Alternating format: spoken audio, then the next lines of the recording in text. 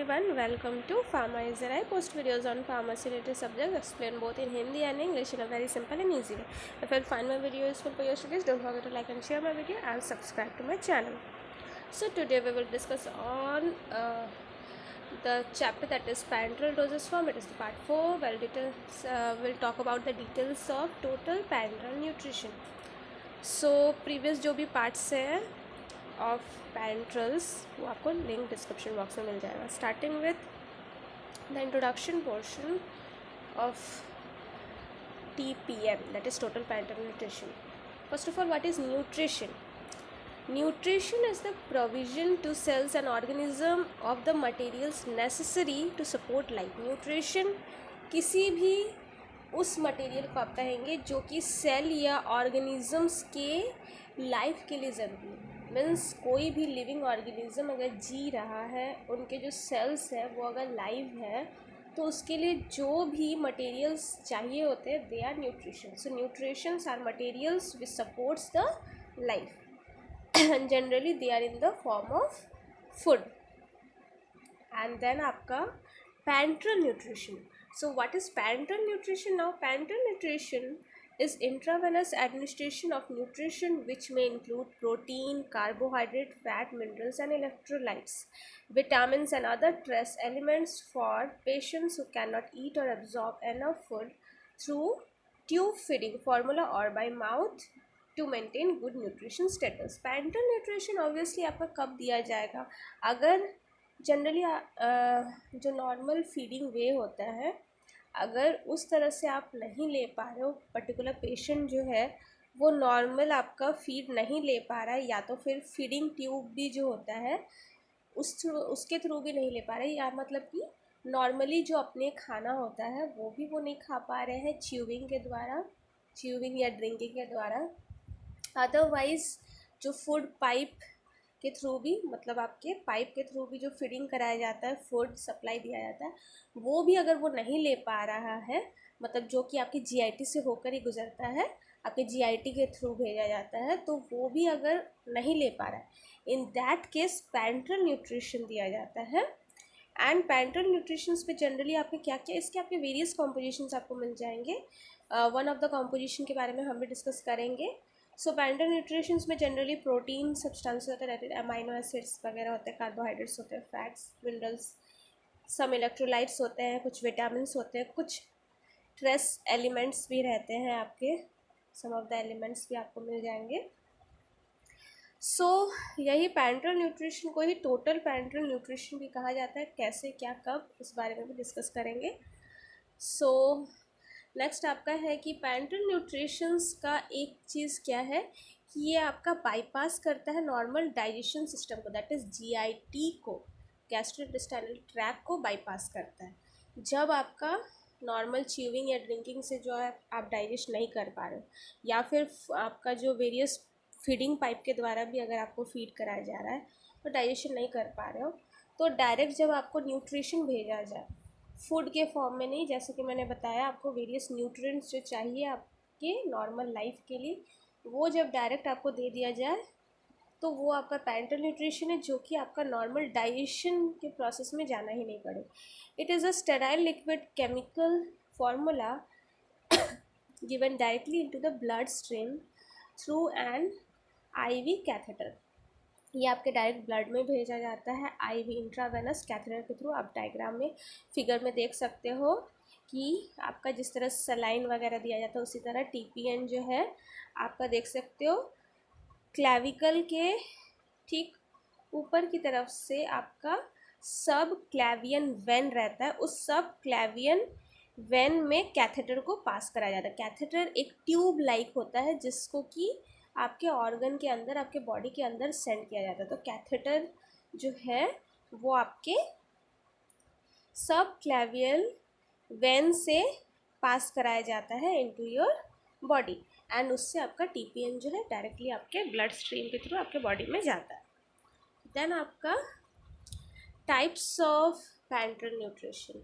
So generally 2 type का होता है, central parental nutrition and peripheral.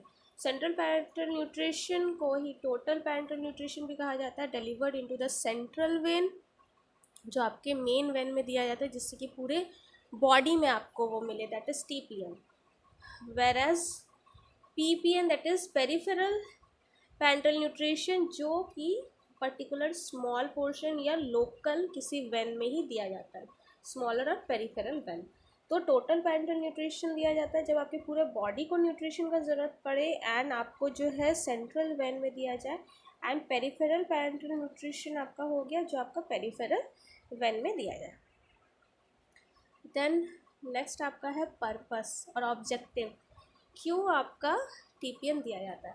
To provide nutrients required for the normal metabolism, tissue maintenance, repair and energy demands. आपके body में जो भी normal functioning होता है दैट इज़ मेटाबॉलिज्म, जो कि सबसे इंपॉर्टेंट फंक्शनिंग है आपके बॉडी में, वेरियस रिएक्शंस जो होते हैं. देन टिश्यूज़ को मेंटेन, रिपेयर वगैरह करने में. देन एनर्जी जो आपके बॉडी को चाहिए वो प्रोवाइड करने के लिए आपका जो है नीड होता है TPN का, टोटल पैरेंटल न्यूट्रिशन का. एंड जब आपको ज़रूरत हो to bypass the GIT for patients who are unable to take food orally, जो ओरली नहीं ले सकते हैं एंड उनके लिए डाइजेशन का प्रॉब्लम अगर हो तब इन दैट केस TPN का ज़रूरत पड़ता है. नेक्स्ट आपका है कि इंडिकेशन, दैट इज़ किस तरह के पेशेंट्स को जनरली TPN या पैरेंटल न्यूट्रिशन या टोटल पैरेंटल न्यूट्रिशन की ज़रूरत पड़ती है. बेसिकली आपका जो है जिनको एटर्नल न्यूट्रिशन से प्रॉब्लम हो, एटर्नल न्यूट्रिशन मतलब जो आपका GIT से पास होता हो, जो आपके गैस्ट्रोइंटेस्टाइनल ट्रैक से पास होता है उसको कहते हैं एटर्नल न्यूट्रिशन. जो नहीं टॉलरेट कर पाए उन्हें किन किन केसेस में होता है? फर्स्ट आपका है कि जो टॉलरेट नहीं कर पाते GIT से जब पास होता है आपका फूड, जैसे कि paralytic ileus. Generally various surgery के बाद पैरालाइटिक इलियस मतलब आपका इलियम जो है गैस्ट्रोइंटेस्टाइनल ट्रैक में जो है नॉर्मली आपका फूड का मूवमेंट नहीं हो पाता है. देन आपका इंटेस्टाइनल ऑब्स्ट्रक्शन, इंटेस्टाइन में आपका ऑब्स्ट्रक्शन होना मतलब फूड जो है पास ना हो पाए तब. Acute pancreatitis. So short term के लिए अगर आपका पैनक्रिया में जो है इन्फ्लामेशन होने लगे तब. इन्फ्लामेटरी बाउल डिजीज़, अगर आपका बाउल फॉर्मेशंस वगैरह में इन्फ्लामेशन अगर हो जाए, बाउल फॉर्मेशन प्रॉपर्ली ना हो पाए.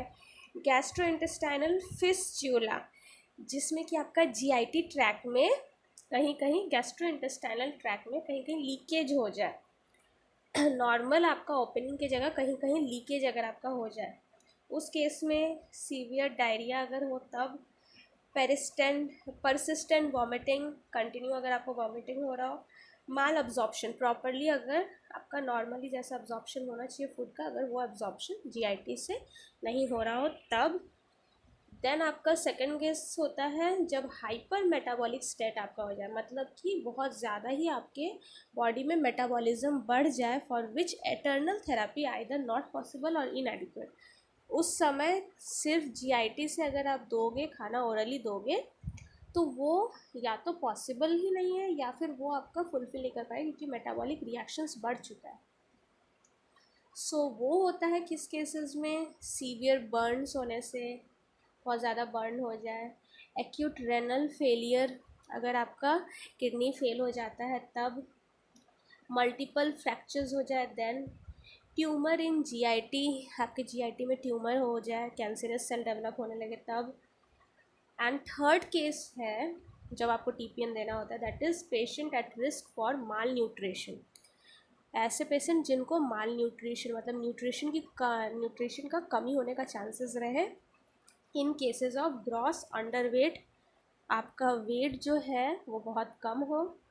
मेटास्टेटिक कैंसर, मेटास्टेटिक कैंसर क्या होता है? जब नॉर्मल एक कैंसर सेल जो प्राइमरी कैंसर सेल है वहाँ से जब एक सेल डिवाइड होकर फिर किसी न्यू लोकेशन में जाकर आपका ट्यूमर स्प्रेड करे तो उस तरह के कैंसर सेल को मेटास्टेटिक कैंसर कहते हैं.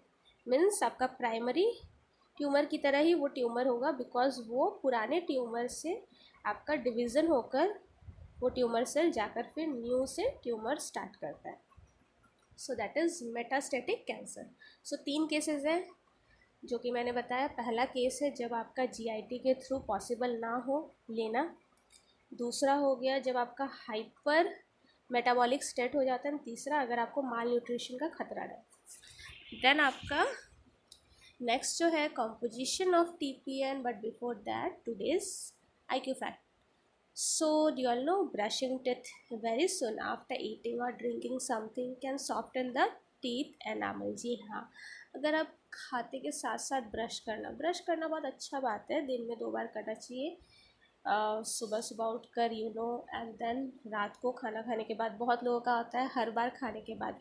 सो it's up to you, at least 2 बार करना चाहिए। बट अगर आप खाते के साथ साथ आपने खाना ख़त्म किया एंड आप जो है दौड़ते हो ब्रशिंग के लिए, सो उससे आपका जो टिथ का एनामल है वो आपका सॉफ्ट पड़ सकता है। सो इस वजह से आपको जो है कोई भी चीज़ आप खाते हो या पीते हो तो तुरंत मत जाइए, थोड़ा टाइम दीजिए एंड देन आप जो है ब्रशिंग करिए।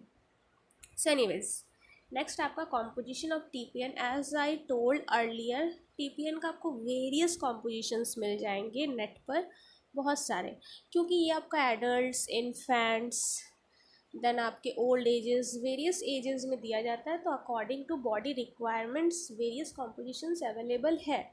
जो कॉमन इंग्रेडिएंट्स है वो मैंने मेंशन कर दिया था, जैसे फैट्स, कार्बोहाइड्रेट, प्रोटीन्स एक्सेट्रा, वो सारी चीज़ें आपके रहेंगे ही। बट किसमें कितना फॉर्म रहेगा, किसमें कितना अमाउंट रहेगा, वो वेराई करता है। बहुत सारा कॉम्पोजिशंस है जिसमें से कि आपका कोई भी पर्टिकुलर कॉम्पोजिशन रिकमेंड किया जाता है अकॉर्डिंग टू द कंडीशन और एज एक्सेट्रा।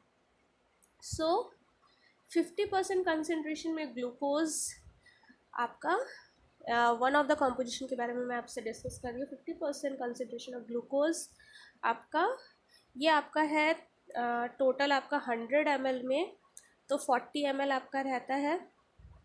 एंड देन आपका जो है इसमें आपको कैलोरीज मिलते हैं 80 किलो कैलोरीज, परसेंट वाइज कहा जाए तो 64.44।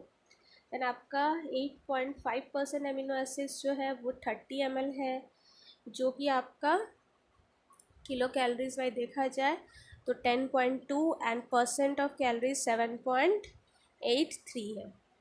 देन आपका 20% कंसनट्रेशन में क्लिनोलेइक एसिड, आप कह सकते हो क्लिनोलेइक, उसका वॉल्यूम रहता है 20 ml।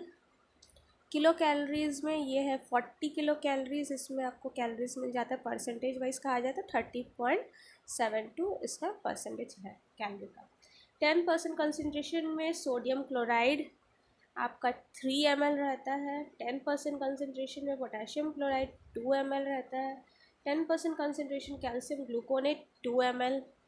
Water soluble vitamins, various vitamin जैसे कि सोल्यूविट आपका लिया जाता है अगर तो 0.2 ml। फैट सॉल्यूबल विटामिन्स भी रहते हैं लाइक विटा लिपिड 0.2। मल्टी ट्रेस एलिमेंट्स भी आपके रहते हैं, दैट इज़ 0.2। सोडियम ग्लाइसरोफॉस्फेट भी आपका रहता है 0.2। तो टोटल ये आपका मिलाकर होता है 97.8 ml का, जहाँ पर आपको कैलोरीज जो है टोटल मिलाकर 130.2 कैलोरीज मिलते हैं, kilo calories that is. And percentage में कहा जाए तो इस तरह से आपको 100% कैलोरीज जो है इससे आपका गेन होता है।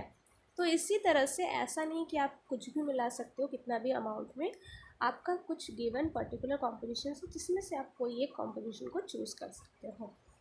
सो विद दिस हमारा आज का जो है वीडियो वो कंप्लीट होता है। नेक्स्ट जो है हमारा स्टेरिलिटी टेस्ट जो है उस पर डिस्कस होगा। So for more videos go and check my channel. Hope that you have found my video useful. If yes, then press the bell icon to get the notifications. Thanks for watching and bye bye.